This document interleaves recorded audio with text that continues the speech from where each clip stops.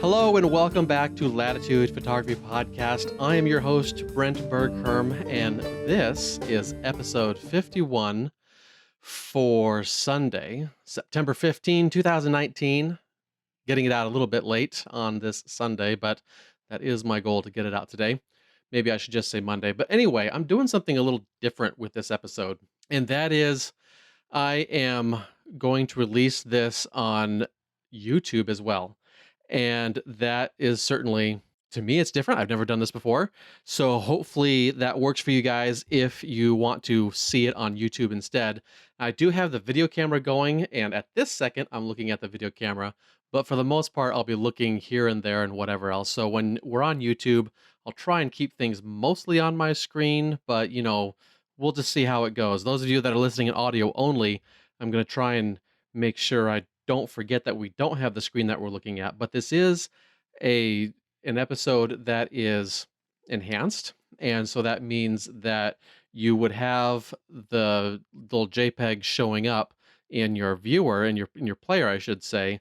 If you have the opportunity to look at them, there's going to be a lot of images, because today we're talking about my trip report that happened a couple of weeks ago now with my workshop out there on the Oregon coast. It was a print and shoot workshop where we're learning the print process and, of course, going out and shooting some of the fantastic locations, some of my favorite spots there on the coast. So we started things on Sunday, the 25th of August, and we met there roughly at, 3 o'clock in the afternoon, 4 o'clock in the afternoon. We got a little bit of a bite to eat. I called it kind of like an early supper so we could go out and shoot. And then we just headed out and went to one of my absolute favorite places, which is, well, I don't know how to better put it. It is kind of a newish place, I guess, to me, because it's such a small location that, and I guess there's quite a few state parks that actually aren't on the Oregon State Park website, but I found this place called Sisters Rock State Park, and it's the kind of place where if you sneeze, you're absolutely going to miss it. And the beauty about this little place is it is little, and so it's really easy to get to, but it's so awesome. It has this cave in there that you're able to get into, at least to the opening, and then you can see, if you get down low enough, you can see the light shining through that cave. So it's this cave that where the water flows in, and when we got there, the tide was in the middle of just coming in, crashing in, and we got all sorts of really big time waves just kind of crashing in. It does require a bit of nimbleness, if you will, on your feet to get into it. So we just stood at the mouth of the cave. So you kind of climb this rocky, I don't want to say cliff, but this thing that's kind of going up towards this ledge. Then it just kind of falls off as it goes right into this cave. And so I had been there before when I had rented that, or I should say I bought that Fuji camera, and I went down to the coast just to shoot the Fuji camera only to see how it would work out for me. And so I went to this location. And so I was like, yes, this is definitely a spot I want to take people. And so this first picture we're looking at is some water that where I've kind of focused in a little bit on the cave. And we have some water that's just kind of coming up. It's just splashing a little bit. And so we got a little bit of that motion coming through with the movement of it. It's coming in at about f8 and 1/4 of a second on the exposure. And that was just a fine time as far as the 1/4 of a second to allow a good amount of movement, but not to allow it to go completely silky smooth. I still have lots of texture coming through as the water is splashing over the rocks. And that's for the speed that the water was moving in this particular instance, it worked out really well. We also have the overhanging rocks, and it just feels like this really heavy, I don't know what else to call it. It's just this heavy presence above, and that keeps our energy or keeps our attention looking all the way into the important part, I guess we could say, that part there in the foreground with the water crashing over the rocks. And the next image here is just more of the same, but a slightly different cropping, where we're getting a little bit different splash off from the rocks.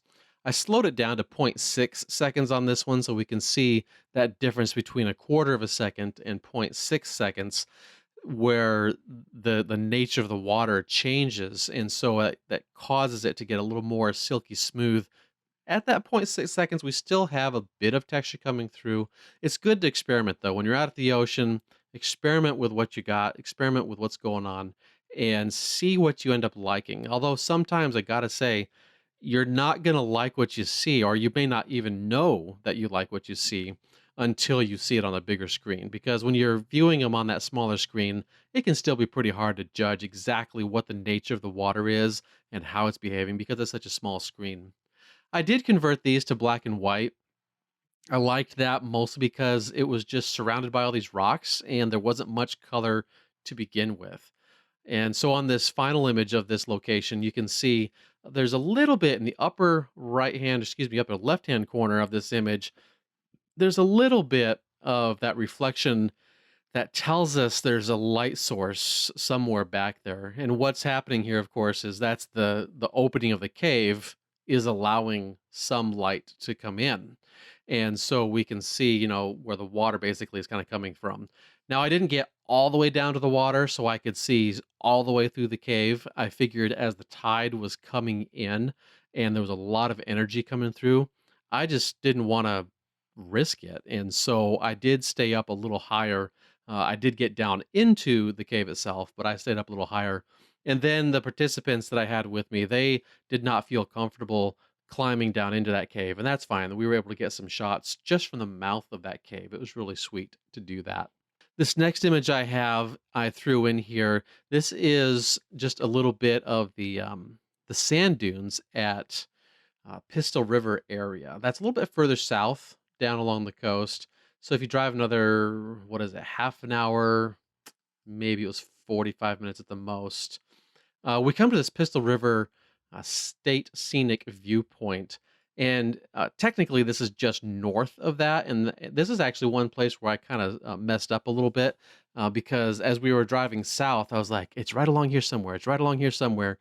And we went right by it, and I felt like an absolute fool.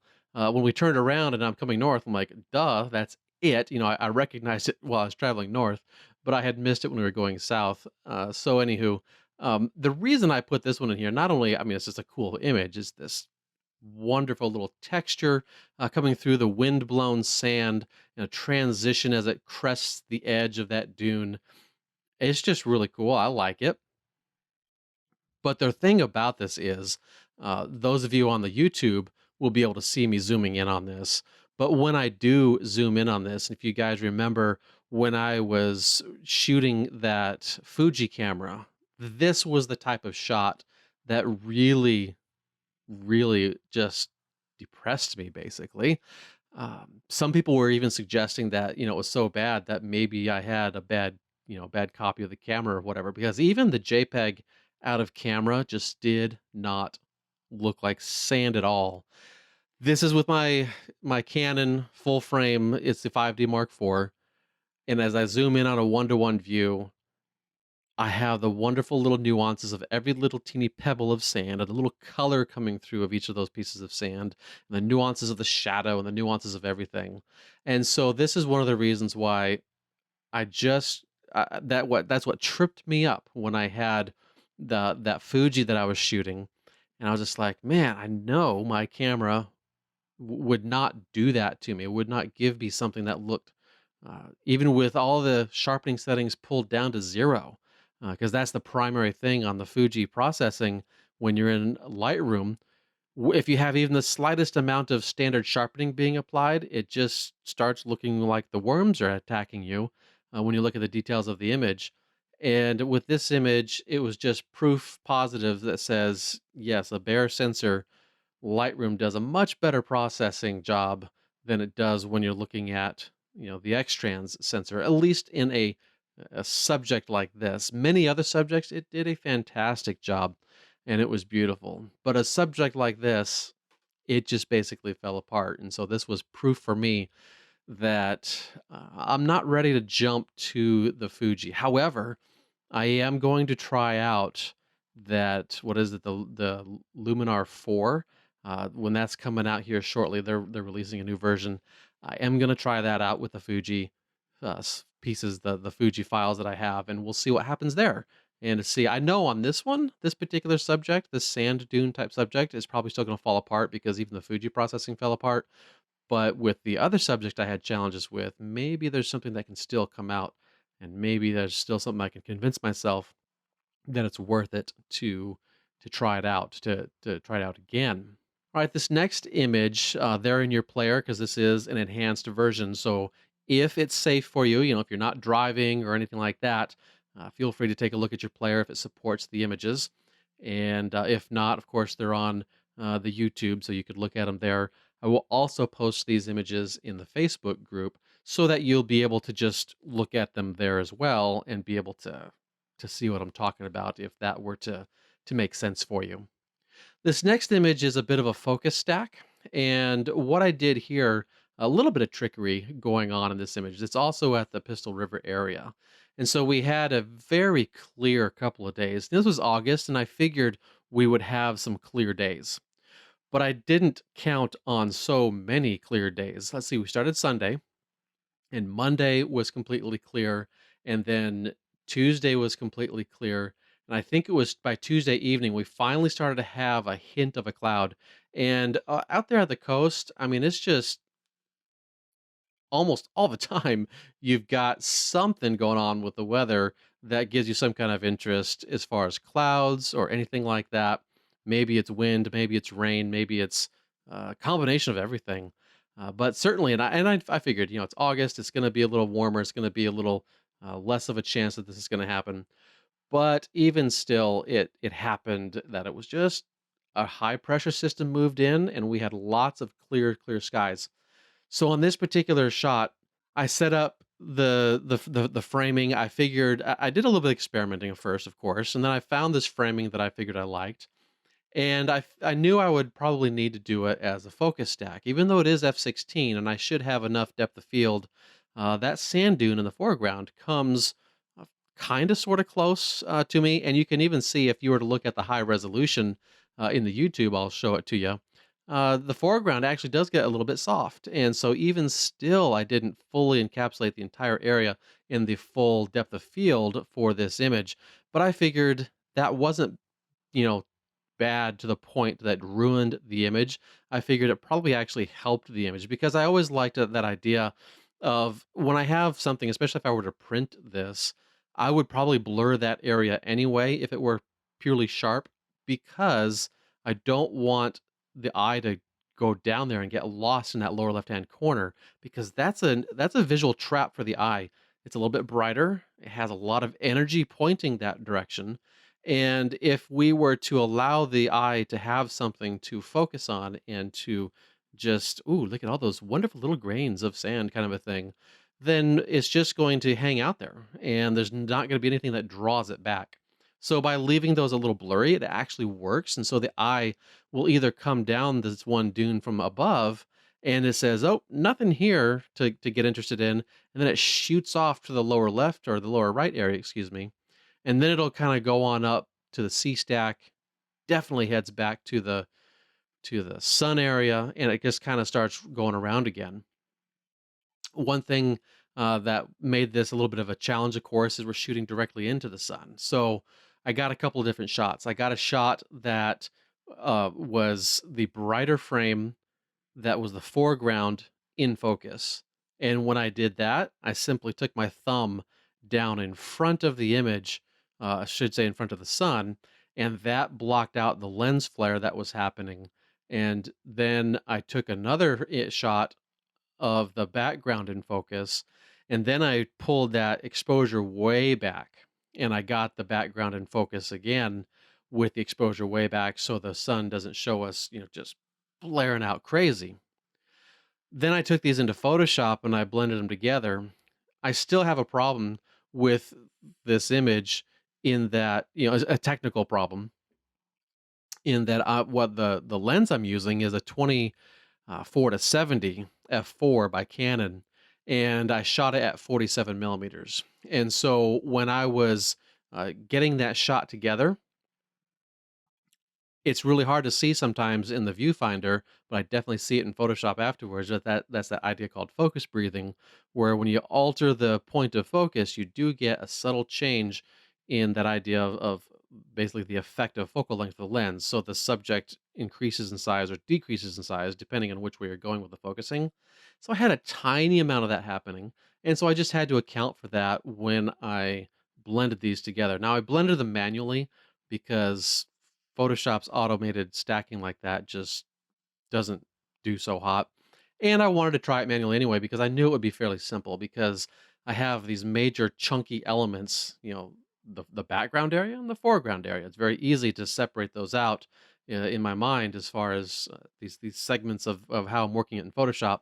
And then I just had to paint in a little bit of the area in the foreground. I do plan on doing a separate YouTube video on how this image came together. And when that happens, I'll post a link in the Facebook group, and I'll probably even do a full on blog post about this one because it was kind of fun putting this thing together. And so as you watch all the pieces come together, it's pretty cool. All right, this next image comes to us from a beautiful place called Chetco Point. And this is way down in Brookings. So for the main part, where we were headquartered, we were actually in Bandon, Oregon. There's a great hotel there. They have a nice little conference room. It was great for setting up the printer and getting things going with that, with the printing component of things. But for the time where we were out shooting, we were driving quite a bit, and so we went up and down the coast, mostly down the coast. And for one day, we actually got all the way down to Brookings because I knew of this place called Chetco Point. This is like pretty much the furthest south you can get in Oregon, and it's kind of odd because for some reason, I don't know when they did this, but the powers that be, way back when they were building the city of Brookings, they said, "Hey, this will be a great place to put a water treatment center right next to this most gorgeous outcropping of rocks you probably would ever see. And so let's make the people walk around this stinky water treatment center in order to get out to this gorgeous place out here on the ocean." But that's what they did. So whatever. You get around that. It's a pretty small one, so you just get around that in a minute or two, and you get on down to the outcropping of rocks, and you're up on this bluff type area. It's a really tall rock that you're standing on, and then you can shoot north or south, and you get the water coming in, all sorts of good stuff. And I got a couple of images here. This one I turned into black and white. The thing about this type of imagery, you'll notice I've got a lot of the water just going completely smooth, silky. I was using my what is it? My six stop, I think it was my six stop circular polarizer filter. And so what I ended up doing, I got a frame that was overexposed so I could bring a little more detail back into the shadows areas. And then I got three frames in this particular image. I got three frames on the left side and three frames on the right side with the water getting all silky blurry. And then I used that exposure averaging technique to basically extend the time even more.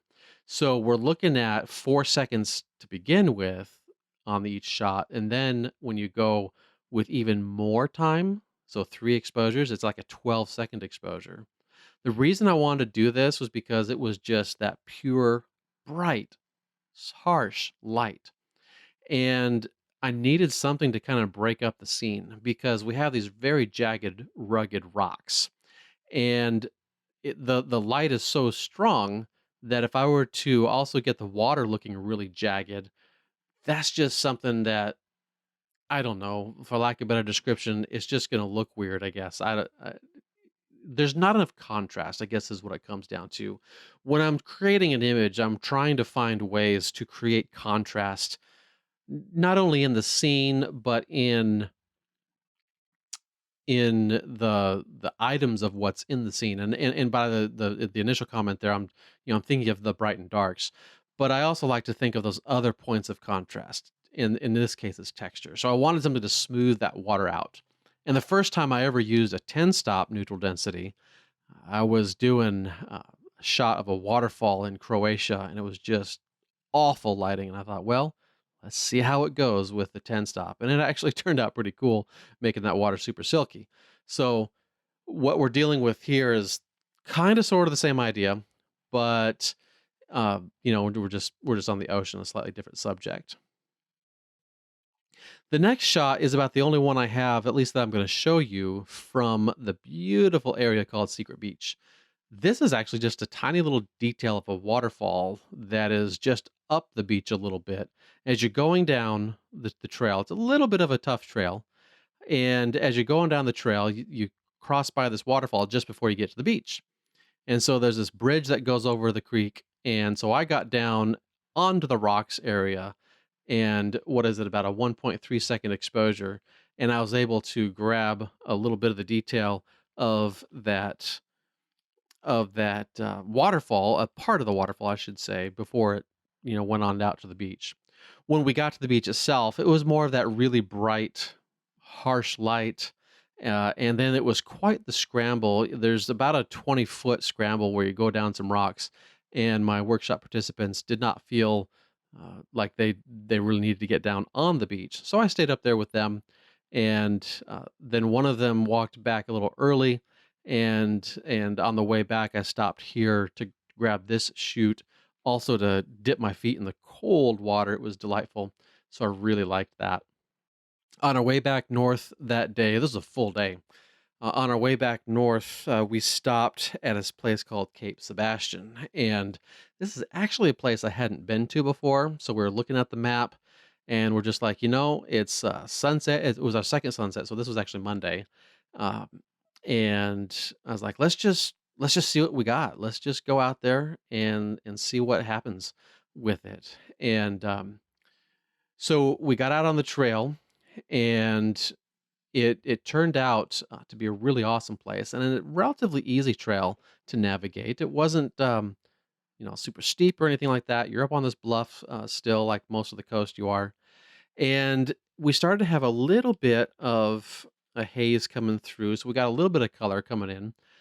And I went up and shot a few other things, and then joined back with the participants, and shot this last image that I'm showing you now with this seagull in the frame, this one lone sea stack, and I really held the exposure down so I could get some really cool, I think cool anyway, reflections off the water.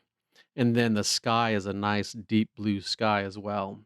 We're looking at 1/3200th of a second, so 1/3200 of a second at f7.1, and then 44 millimeters is the length on this. And then I cropped it square as well, but it came together really well. I liked the subtle triangle shapes sort of going on, and we actually almost have an unspoken or an unviewed, an unseen S curve. If you were to start at that bird, and then you go down to the sun, and then you go to the sea stack, and then you go to the reflection of the sun, that creates somewhat of an S curve.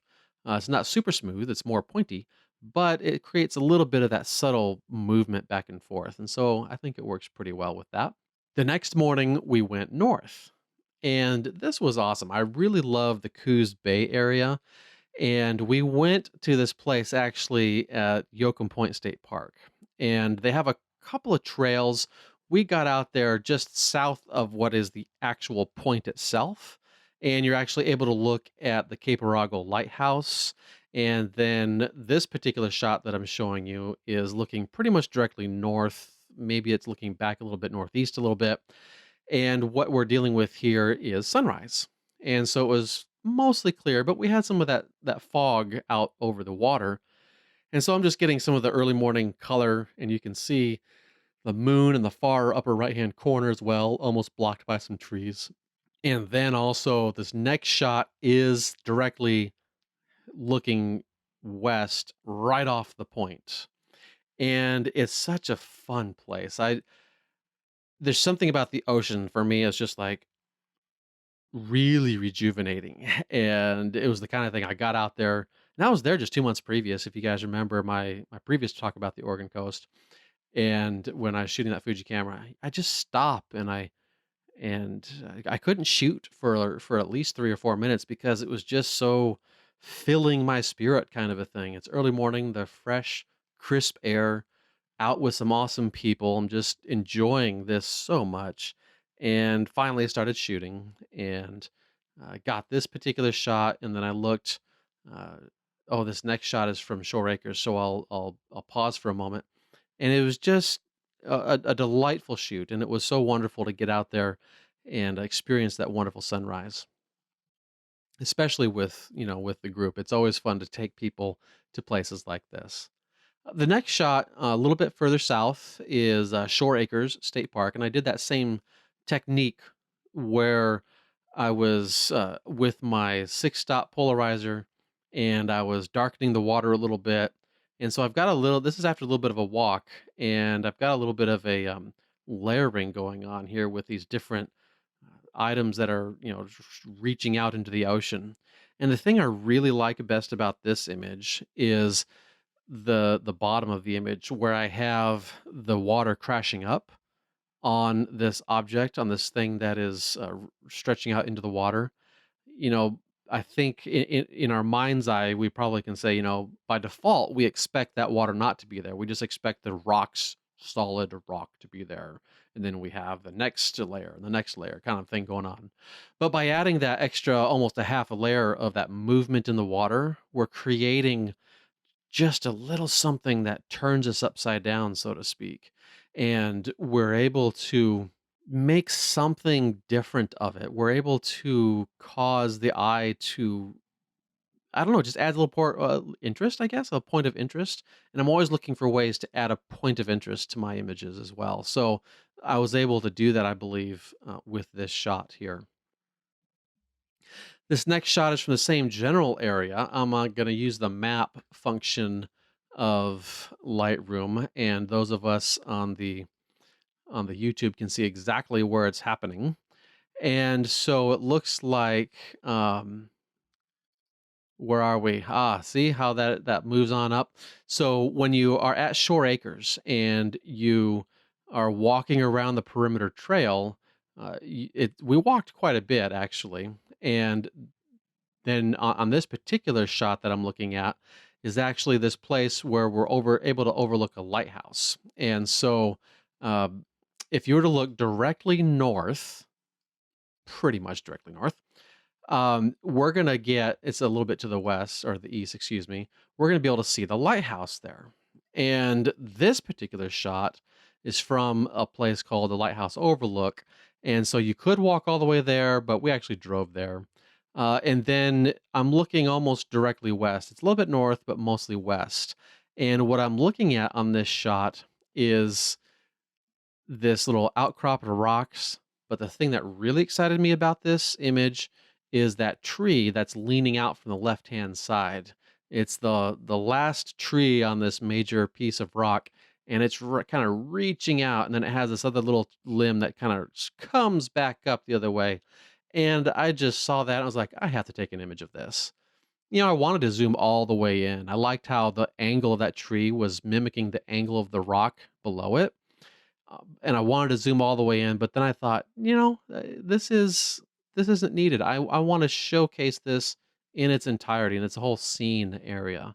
And then I had this other area of the rocks in the foreground, causing some wave action as the surf is crashing on them. So that created some interest in the foreground. I then had the midground interest where this tree is, and then I had the background, which is just a plain as a blue sky as you can ever get, and so I turned it to black and white to create a little more interest for myself. That helps us focus on the textures, focus on the shapes, and it means then that color is just not an important part, and it works out pretty well, I thought anyway. So that wrapped up our morning. Now that was pretty much, it would take us to like noon or later. So we got something to eat. Maybe it wasn't quite noon, but anyway, we got into Coos Bay area. We had some breakfast. We got out back out to this other area, the Shores Acre, and then we drove back to the hotel. Had a little bit of a breather, a little bit of a downtime, and then we headed out again. And when it was time to head out again, we went further down the south again to the coast. And that's where I'm going to hop in here and I'm going to start talking about that Olympus camera that I rented. And that was pretty cool. So here's the deal with that Olympus camera. It was both fun to shoot and sometimes a little bit of a pain. And the only reason I say it's a pain is because, let's face it, I'm not used to it. So I'm all trying to. There was a couple of days, a couple of times where I'm just like, I'm only going to shoot the Olympus, and I rented the 7 to 14 millimeter, and so it's the sorry, I said it was wrong. It's the EM1 Mark II is what I was renting. And so that's what, about 20 megapixels in size, and with that 7 to 14 millimeter, that's the equivalent of a 14 to 28 millimeter lens on a full frame camera. So it was sufficiently wide enough. That was no problem. It was all good there. I probably should have just rented it with a prime lens rather than the zoom, but it was still fun. It was still good. So we went to Cape Blanco, uh, the lighthouse there at Cape Blanco, and we ended up kind of didn't think we would initially, but we ended up taking a little tour of the lighthouse. And so what was it, like $2 or something like that? So it was really cheap. And we were able to get up all the way inside. That was pretty awesome. I always love doing stuff like that. So this first picture that I'm showing taken with this camera is the curved stairway that when you're inside the base of the lighthouse. And as you curve on up, and then you're going up into the area, where the lamp is, and they had a fella up there telling me a little bit about the history, and it was just a lot of fun. I love doing stuff like that. This next shot is a little bit of the brick detail, and it was underneath the stairway. And this was one of the things I ended up using because I have three extras. I have some virtual copies here in Lightroom, and so when you're watching them on your device, you'll just see extra JPEGs coming through. But with a purple rendition, then kind of a sepia rendition, then kind of this split tone rendition where I have some cool colors in the shadow and some very slightly warm colors in the highlights areas. I use this technique, and I'll do another YouTube video on this as well. But I use this to showcase what we can look at, what we can do with uh, trying out subtle differences, in this case, vast differences, but differences in color. So if when you're printing, you're just not sure if you got the right color, then what you can do is you can actually, this is where I would say, do use the develop module in Lightroom. I should say the print module in Lightroom, and put together some of these items with subtle, with virtual copies.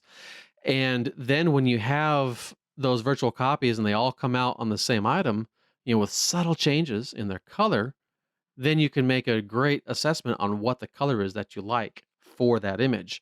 And it saves you some paper, and it helps you understand how it's going to print. You're not done with your changes yet. You're just kind of assessing what your color is. That's a great way to get that out there and efficiently use your paper and judge color at the same time with that. So it was a lot of fun to show the students that in my workshop. All right, so we ended up with sunset just right on the beach, right outside the hotel, which is a great place, right in Bandon. Lots of great items there. And so I took just this camera down to the beach. And so I have this camera and this one lens. And this next shot is coming in with one of the workshop participants just underneath the sun. And my settings are, I've got 10 millimeters on the lens. So that's 20 millimeters as if it were on a full frame. Then F11, and then 1/2000th of a second at 200 ISO. And so I've got some really wet sand because I found this place where the water was kind of like trickling down from the land, coming through the rocks, whatever you want to call it, coming on down and just kind of going into the water, going into the ocean. And so people were walking back and forth, and I was like, oh, this will be great. And so this happened to work out perfectly with one of the workshop participants framed up in there.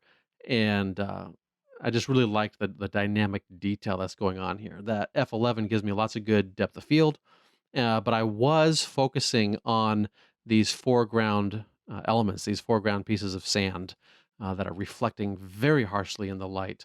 And so as I scroll up, I can see that this person in the background is slightly out of focus. But I'm okay with that. I'm not going to have a problem because the main point, the main deal, the main piece of interest in this particular image is really about the dynamic qualities, the texture of that sand and the sun. And because the sun is slightly out of focus and he's slightly out of focus, to me, it doesn't ruin the image. Would it be nicer if this was all sharp? I suppose it might be, but uh, it's almost impossible to get without some extra. This is a very casual type shot. I was just holding it very low to the water, very low to the sand, and I wanted to get it quick because these people were walking by. I suppose I could have been patient enough, could have set up a shot, and I could have gotten two different shots, one with the background in focus, one with the foreground in focus, and then blend it later. But this works too. I'm totally cool with it. The next shot is same kind of idea where we have uh, a person there in the background, but this is a framed element. We have f9 and 1/200th of a second, and we're at 7 millimeters in the lens. So we've got extra depth of field here on this one because of only 7 millimeters. And I was just playing around with the lens, just really trying to see what it was like, what was happening here. I do see a little bit of lens flare off to the right hand side, and I don't even have the sun in the scene. So this is kind of that got that bulby front element, and because of that, the sun is able to strike the lens directly, and that's what's causing this lens flare. So that's where a prime lens, if I just done that, it probably would have controlled that lens flare a little better. Fairly easy to mitigate that lens flare. I could either hold up my hand to block it, or most of these aren't in a spot that's too hard to manage in post production.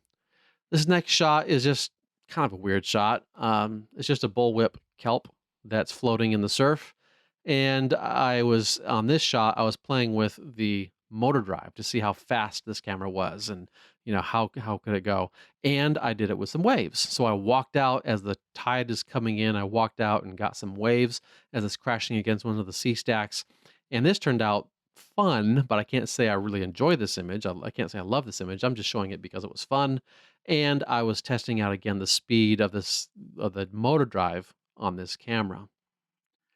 All right, this final image with this camera, we're looking at a piece of driftwood that kind of looks like a bull's skull with a horn pointing forward.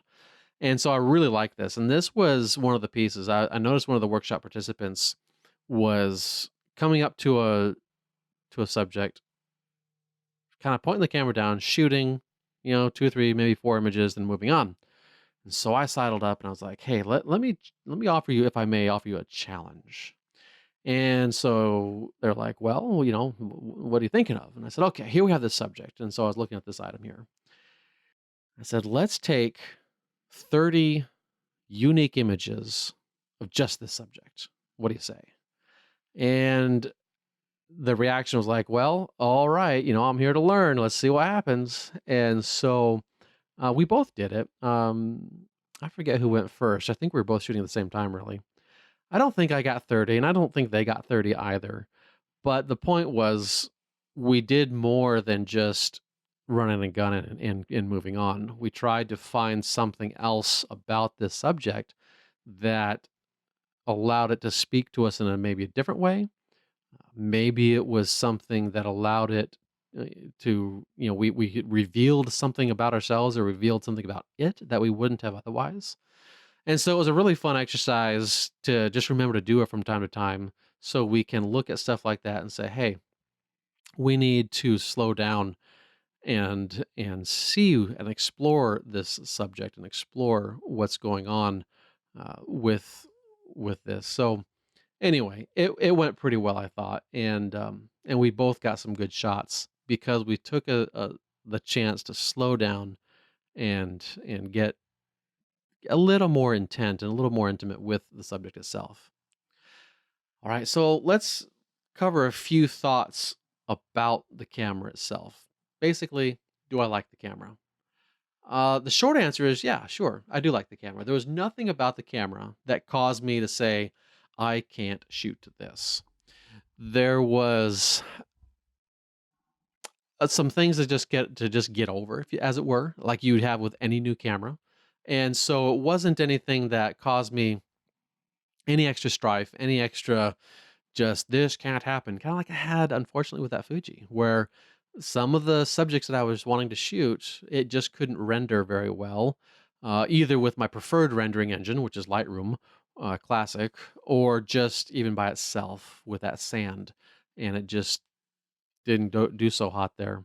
So there's nothing like that with the Olympus camera, and I know a lot of folks are listening that use an Olympus camera, and I think the biggest thing, the biggest takeaway I have from using this and from using the Fuji is a little bit of a better, not only just understanding of what it's like to shoot those cameras, but also um, certainly knowing that I can see something excellent coming from there. When I first got into digital photography way back in 2005, I acquired the Canon 5D. And boy, howdy, did I love that camera. It was the first camera, in my estimation, that exceeded the film quality. Others would argue otherwise, but it met or exceeded the film quality. And so I was really happy with that. It was 12.8 megapixels. The the dynamic range, especially for that era, was fantastic. It was amazing. And it would do so well. And the ability for it to keep the noise down, uh, above 800, up until 800, I should say, ISO was just phenomenal, just awesome. Obviously, fast forward to today, and we have a much different scenario about us. But I also think about something and say, all right, this camera is half the size, half the physical dimensions of a full frame. That means it's one quarter the size of the area dimensions. And so if we were to take that and stack four of them next to each other, we'd have the full frame sensor. And so this 20 megapixel becomes an 80 megapixel. And so I start to think, Canon is announced an 80 megapixel some odd. I shouldn't say announced, it's rumored, excuse me, it's rumored that Canon is going to release an 80 megapixel camera here in the next, I don't know, 6 months or whatever. Sony just released their 61 megapixel camera. So they're really packing the pixels in. And it comes down to us saying, what are the limits here? What's going on with our limitations of what we're dealing with when it comes to the quality of the image, the dynamic range of the sensor, those kinds of things. And so when I look at the dynamic range of this camera, this Olympus camera, it's definitely really good. And the DxO Mark rating puts it at about, for landscape images or whatever, at about one stop less, not quite, but one stop less dynamic range compared to my Canon 5D Mark IV. And so then we look at that and say, well, is that really a practical issue? Are we going to deal with anything where that becomes a problem? And I'm happy to say that I think if I were to choose to go that route with that camera or that style of camera, I could easily overcome whatever technical quote unquote issues there are with that camera. And I would be able to get some really good images with that camera or that style of camera. Uh, Certainly, there's a learning curve that would go along with it because I'm used to what the Canon gives me. And if I were to go to a Sony where I have even more dynamic range, then I would have to, come up with other things. I have a learning curve there to understand exactly what are my parameters, how do I fit in this world with these different settings that we're able to accommodate for with what we're shooting. So in the end, is there a difference between the Olympus? Absolutely, there is. I mean, it's a micro four thirds, and you have less dynamic range. Can they easily be quote unquote overcome or mitigated drastically? Absolutely, they can. I say it's with beyond the shadow of a doubt, it can. And I know back when I started with digital photography, the crop sensors were a lot less quality, and micro four thirds didn't even exist. So, and then when they first came out, I was all like, "Oh, I like my full frame." Now I can comfortably say I might like my full frame still, but I definitely know if I were to incorporate that kind of camera, I'd be able to do so with just a little bit of learning and a little bit of overcoming the differences. I could still create fantastic imagery with that camera, and I'd be proud to shoot that camera. Does that mean I'm going to change? Not necessarily. I'm still thinking through this process. But that's my assessment on the Olympus, what is it? OM1 Mark II. Sorry. OMD EM1 Mark II is so confusing. I'm sure if I were to have been an Olympus shooter for such a long time, this would not be an issue. That's another thing that I would kind of get used to. All right, I would like to take a few moments and kind of give a little shout out to Lens Rentals. I did use their service, and uh, I don't have any other relationship with them except I'm a customer. But I do have a link here. It's their refer a friend link, and it's in the show notes. It's also going to be on the YouTube and wherever else, and it'll be out there in the Facebook group as well. And here's my thing, and I'm going to say, if this is something that you'd like to do, I would love to invite you to use this link, because what it's going to do, it's going to get you $25 off your first order, and it's going to get me $25 off when you make your order as well. And so that benefits both of us. And the deal that I'm looking at is to say, if 10 listeners will use this link by between now and whenever the 10th person uses the link, but let's face it, the sooner the better, because I've got some plans for December. But if 10 listeners use this link and rent something, I'll get $25 times 10. I'm then going to put out a poll in the Facebook groups and say, what would you like me to rent and try out? Right now, I'm thinking I want to try out the Fuji, what is it? The GFX 50S, and whichever lens would come up with that. I don't know which lens I would choose yet. Or the Sony A7 Mark IV, A7R Mark IV.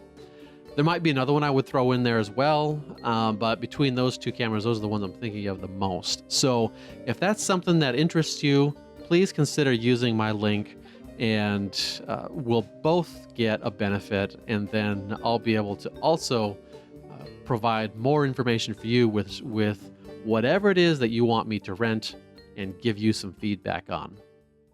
All right, we're almost done, but I did want to take the opportunity to tell you I do have another shoot and print workshop. This time it's happening in the Palouse. I'm really excited about this opportunity.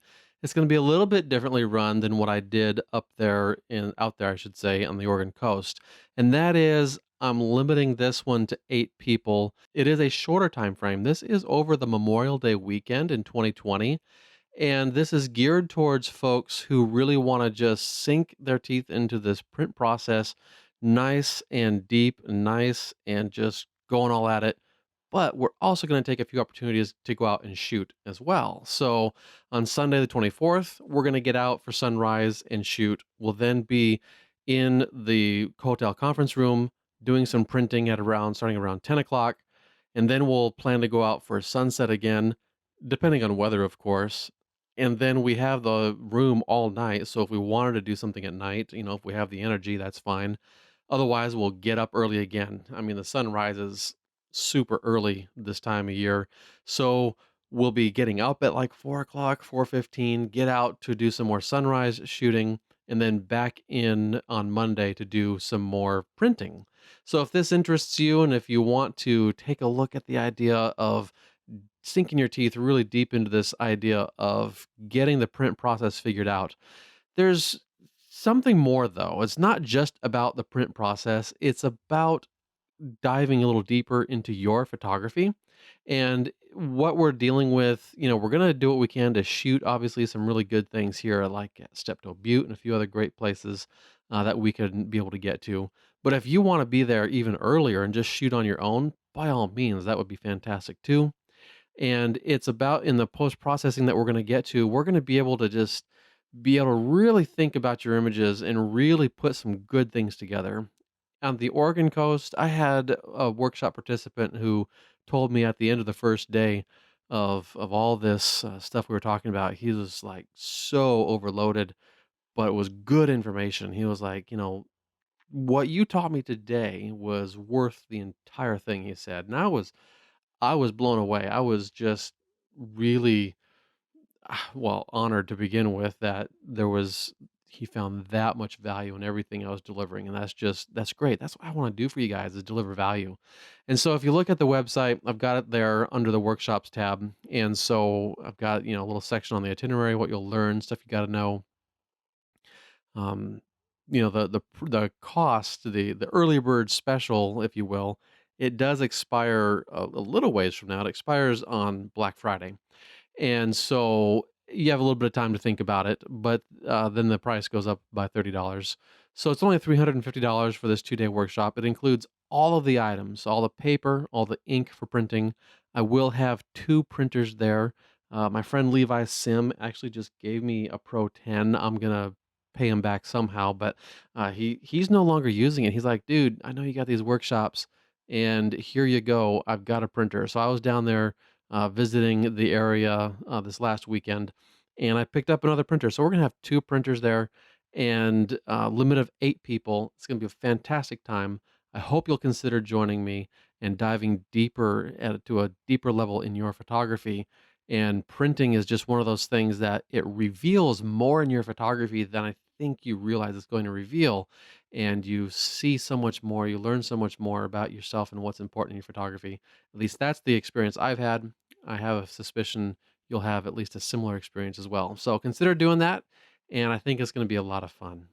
Okay, it's time to think about wrapping up and winding down. We're going to look at what does the future hold for what I'm talking about and what I'm doing. I made an announcement in the Facebook group that my ideas of going to India are pretty much, I've changed them. Sometimes it might seem like I can change my plans on a whim like this. The reason I'm doing this is because we really want, this is a personal thing.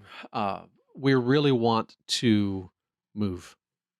We're in a small house on a very tiny lot, and I'm doing a job, a freelance job, and I was going to use that money to pay my way to go to India and help build a church over there. And it's going to be just south of Guwahati. It was going to be great. I was going to be able to coordinate a few extra days, I don't know, maybe a week extra, where I could do my own personal travel after the project was done or before the project was done. I didn't know what was exactly going to happen, but something was going to happen.